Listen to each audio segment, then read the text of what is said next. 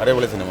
അല്ല, നമുക്കത് കണ്ടുകൊണ്ടിരിക്കേണ്ട പടമാണ്. നല്ല സിനിമയാണ്, അടിപൊളി സിനിമയാണ്. യാതൊരു ലാഗുമില്ലാതെ നമുക്ക് തുടക്കം മുതൽ ഒടുക്കം വരെ കണ്ടിരിക്കാം. കുഴപ്പമില്ല, ഒരു അത്യാവശ്യം ഫൈറ്റ് ഒക്കെ ഉണ്ട്. സുരക്ഷയുടെ പൊളിച്ചു. ഒരു പുതിയ ലോ മനസ്സിലാവും, നമുക്കൊരു പുതിയ ലോ മനസ്സിലാവും. സെൻസർ ബോർഡ് എന്ന് പറയുന്നത് മനുഷ്യന്മാരെ മണ്ടന്മാരാക്കുന്ന പരിപാടിയാണ് ചെയ്തുകൊണ്ടിരിക്കുന്നത്.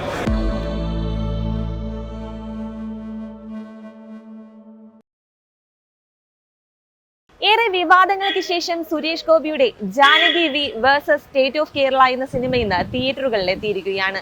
ഈ സിനിമ ഒരുപാട് പ്രത്യേകതകളോടെയാണ് ഇന്ന് തിയേറ്ററിലെത്തുന്നത്. വർഷങ്ങൾക്ക് ശേഷം അനുപമ പരമേശ്വരൻ മലയാള സിനിമയിൽ അഭിനയിക്കുന്നു.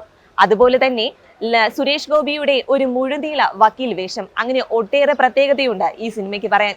പ്രേക്ഷകരുടെ പ്രതീക്ഷകളും അതുകൊണ്ട് തന്നെ വാനോളമാണ്. ആ പ്രതീക്ഷ ഇവർക്ക് നിറവേറ്റാനായോ? നമുക്ക് പ്രേക്ഷകരോട് തന്നെ ഒന്ന് ചോദിച്ചു നോക്കാം. അടിപൊളി സിനിമ. സുരേഷ് ചേട്ടന്റെ അഭിനയമൊക്കെ എങ്ങനെയുണ്ട്? അല്ല, നമുക്കത് കണ്ടുകൊണ്ടിരിക്കേണ്ട പടമാണ്. കാര്യം പടം എടുത്ത് വെച്ചേക്കുന്ന മോഡൽ തന്നെ വേറെ ലെവലാണ്. നല്ല പടം, എനിക്ക് ഭയങ്കര ഇഷ്ടപ്പെട്ടു. പടം നന്നായിട്ടുണ്ട്, അതിമനോഹരമായിട്ടുള്ള ചിത്രം കണ്ട. നമ്മുടെ പ്രതീക്ഷിച്ച് വന്നതിലും കാട്ടി ഭയങ്കരമായിട്ട് നല്ലൊരു മെസ്സേജാണ് പടം. വർഷങ്ങൾക്ക് ശേഷമാണല്ലോ അനുപമ പരമേശ്വരൻ മലയാളത്തിലേക്ക് വരുന്നത്. അതല്ല പറയണം, അനുപമ പരമേശ്വരൻ കിട്ടില്ല ആക്ടിങ് കേട്ടോ, ഒരു രക്ഷയില്ല. എല്ലാം അതേപോലെ തന്നെ എടുത്ത് വെച്ചിട്ടുണ്ട്. അതിനാണ് എടുത്ത് പറയാനുള്ള കാര്യം. അത്രയ്ക്ക് പെർഫെക്റ്റ് ആയിരുന്നു പടം. തുടങ്ങുമ്പോൾ തന്നെ അതിൽ എന്താ പറയുക, എടുത്ത് പറയാനായിട്ടൊന്നുമില്ല. പിന്നെ ബൈജു ആയിരുന്നാലും സുരേഷ് ചേട്ടനായിരുന്നാലും എല്ലാവരും ഒന്നിനൊന്നിനും മികവായിരുന്നു. നല്ല അടിപൊളി ചിത്രം, നമ്മളെല്ലാവരും കാണേണ്ടതാണ്. സമൂഹത്തിൽ ഇതൊരു നല്ലൊരു എന്താ പറയുക, എല്ലാവരും ഇത് കണ്ട് മനസ്സിലാക്കേണ്ട ഒരു നല്ലൊരു ചിത്രം കൂടെയാണ്.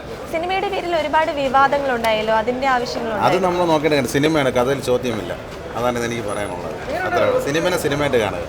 കുഴപ്പമില്ല, എന്നാലും വലിയ കുഴപ്പമില്ല. ഈ വിവാദവും പേരുമാറ്റത്തിൻ്റെയൊക്കെ ആവശ്യമുണ്ടോ സിനിമയുടെ എന്ന് തോന്നുന്നു? അത് കോർട്ട് ജഡ്ജ്മെൻറ്റിൻ്റെ ഇതിൽ വരുന്ന പ്രശ്നങ്ങളാണ്. അത് കോംപ്ലിക്കേറ്റഡ് ആയിട്ടുള്ള ഒരു സ്റ്റോറിയാണ്. നല്ല സിനിമയാണ്, അടിപൊളി സിനിമയാണ്. യാതൊരു ലാഗുമില്ലാതെ നമുക്ക് തുടക്കം മുതൽ ഒടുക്കം വരെ കണ്ടിരിക്കാം.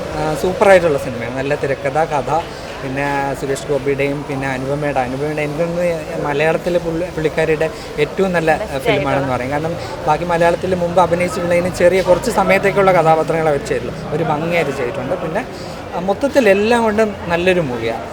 യാതൊരു ലാഗുമില്ല, നമുക്ക് ധൈര്യമായിട്ട് വന്ന് കാണാം. നല്ലൊരു കോർട്ട് റൂം ഡ്രാമയെന്നോ എന്ന് വേണമെങ്കിൽ പറയാം. അത്രയും നല്ല മൂവി, അടിപൊളി. സിനിമ എങ്ങനെയുണ്ടായിരുന്നു? അടിപൊളിയാണ്. നമ്മുടെ സുരേഷ് ചേട്ടൻ്റെ അടിപൊളി ആക്ഷൻ സിനിമയാണെന്ന് പറയാമോ?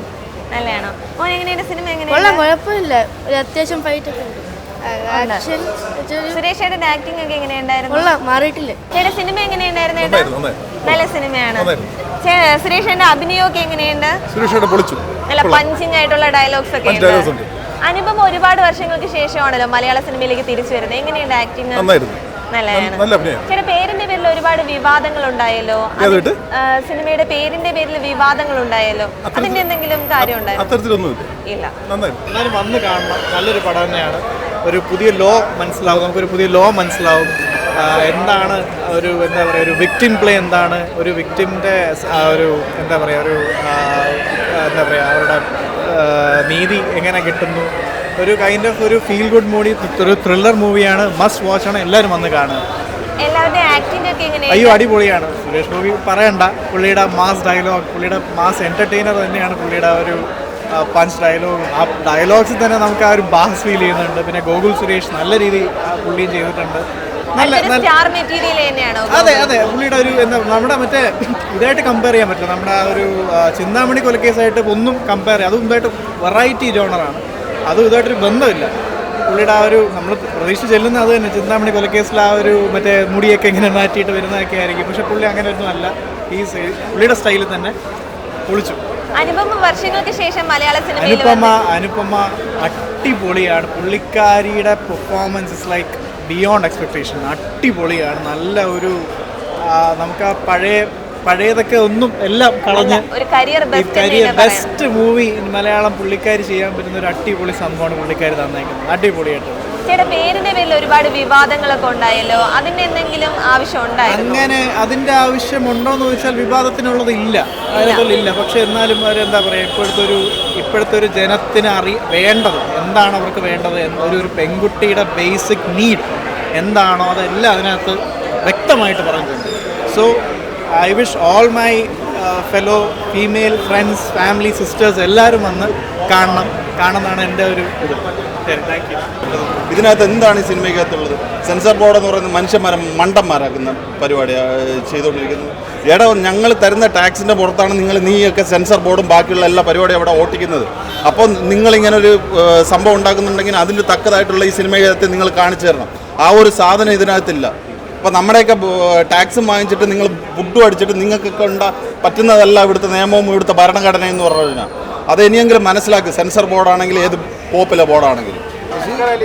അഷ്കറിലേക്ക് അങ്ങ് സാധാരണ എല്ലാ സിനിമയിലും ചെയ്യുന്നത് പോലെ തന്നെ ഉണ്ട്. പക്ഷേ സിനിമ വൈസ് ഒരു ആവറേജേ ഉള്ളൂ. മൂവി എങ്ങനെയുണ്ട്?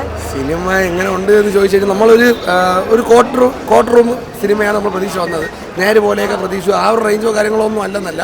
എന്നിരുന്നാൽ പോലും ഒരു ആവറേജ് ആയിട്ട് സിനിമയ്ക്കുള്ളൂ. പക്ഷേ സുരേഷ് ഗോപി ആയതുകൊണ്ടാണെന്ന് അറിഞ്ഞുകൂടാ. പാർട്ടിക്ക് എതിരായിട്ടുള്ള രീതിയിലൊക്കെ സംസാരിച്ചത് കൊണ്ട് അവരെ പാർട്ടിയെ പൊക്കാൻ വേണ്ടി പറയുന്നവർ അതിന് വേണ്ടി സിനിമ എടുത്തതാണോ എന്ന് തോന്നിപ്പോയി ക്ലൈമാക്സ് കണ്ടപ്പോൾ. അല്ലാതെ വേറെ ആരെങ്കിലൊക്കെ ആണെങ്കിൽ നമ്മളിങ്ങനെ ചർച്ച ചെയ്യേണ്ട ആവശ്യം വരില്ല. ഇങ്ങനൊരു സ്ഥാനത്ത് നിൽക്കുന്നത് കൊണ്ട് സുരേഷ് ഗോപി പറയുമ്പം ആ ഒരു രീതിയിൽ ചർച്ച ചെയ്യാൻ സാധ്യതയുണ്ട്. സിനിമ വൈസ് നോക്കുമ്പോൾ ഒരു ആവറേജേ ഉള്ളൂ. ഭയങ്കരമായിട്ട് പറയാം. ഫസ്റ്റ് ഹാഫ് ഓക്കെയാണ്. സെക്കൻഡ് ഹാഫ് ഒരു അവിയൽ പരുവൊക്കെ ആക്കി നശിപ്പിച്ച് അവിടെ എവിടെയും കൊണ്ട് നിർത്തി. അത് തന്നെയാണ് പറയാനുള്ളത്. ആക്ടേഴ്സിന്റെ അഭിനയമൊക്കെ എങ്ങനെയുണ്ട്? ആക്ടേഴ്സിന്റെ അഭിനയം കാര്യങ്ങളൊക്കെ ഓക്കെയാണ്. സുരേഷ് ഗോപിയുടെ മോൻ്റെ ആക്ടിങ് നമുക്ക് ഒരു രീതിയിലും സംതൃപ്തി തോന്നിയില്ല. ഒരു AI പാവയെ കൊണ്ട് നിർത്തിയിട്ട് ചെയ്യിപ്പിച്ചതുപോലെ ഫീൽ ചെയ്തു. അനുപമ പരമേശ്വരൻ എങ്ങനെയാണ്? ഓക്കെ, എല്ലാ സിനിമയിലും എന്താണ് ചെയ്യുന്നത് അതേപോലെ ലെവലിൽ നന്നായിട്ട് മാക്സിമം ചെയ്തിട്ടുണ്ട്. പക്ഷെ നമുക്ക് ഈ സിനിമയുടെ സ്ക്രിപ്റ്റും കാര്യങ്ങളും ഇതായതുകൊണ്ട് നമുക്ക് ആ രീതിയിൽ ഒരു അക്സെപ്റ്റ് ചെയ്യാൻ പറ്റിയില്ല. അത്രയേ ഉള്ളൂ.